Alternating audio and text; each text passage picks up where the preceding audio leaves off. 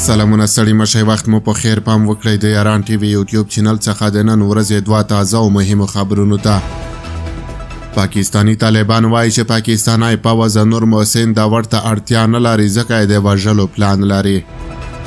د پاکستانی طالبانو غورځنګ په یوه خبرپاڼه کې د محسن داور قاضیې ته په اشارې سره لیکلي چې د پاکستان امنیتي ادارې ډېر ځله خپل ګوډاکۍ لاسپوڅي کسان د خپلو ځانګړو مقاصدو لپاره کاروي او کله چې نور ورته اړتیا پاتې نشي نو د هغوی د تصفیې او وژلو لپاره دا ډول جعلي امنیتي ګواښونه خپروي تر څو تور پر بل چا واچوي. دا وروستی تهدید هم ښکاره کوي چې پاکستاني امنیتي ادارې نور محسن داور ته اړتیا نه لري او غواړي چې له مخې یې لرې کړي.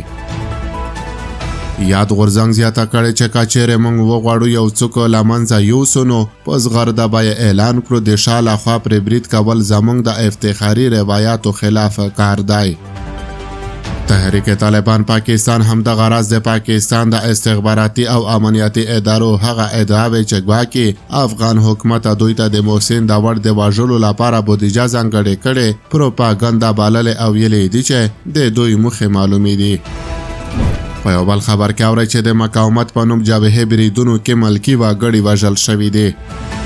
په افغانستان کې د ملګرو ملتونو سازمان سیاسي استازوالی یا یونما په خپل یو راپور کې د احمد مسعود په مشرۍ مقاومت جبهه د دوی په بریدونو کې مالکیانو ته د مرګ ژوبلې اړولو مسؤله بللې ده.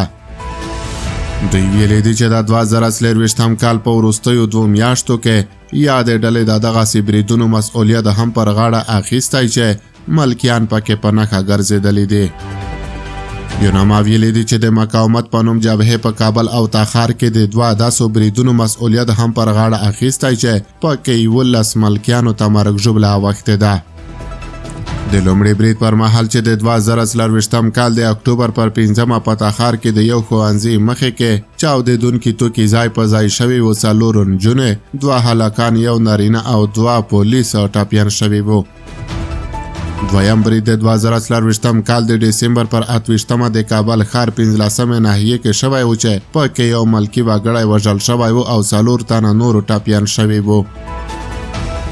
یونما وایي چې د دغو دواړو بریدونو مسؤلیت د مقاومت په نوم جبهې پر غاړه اخیستی و خو په خپله د مقاومت په نوم جبهې تر اوسه په دې اړه څه نه دي ویلي.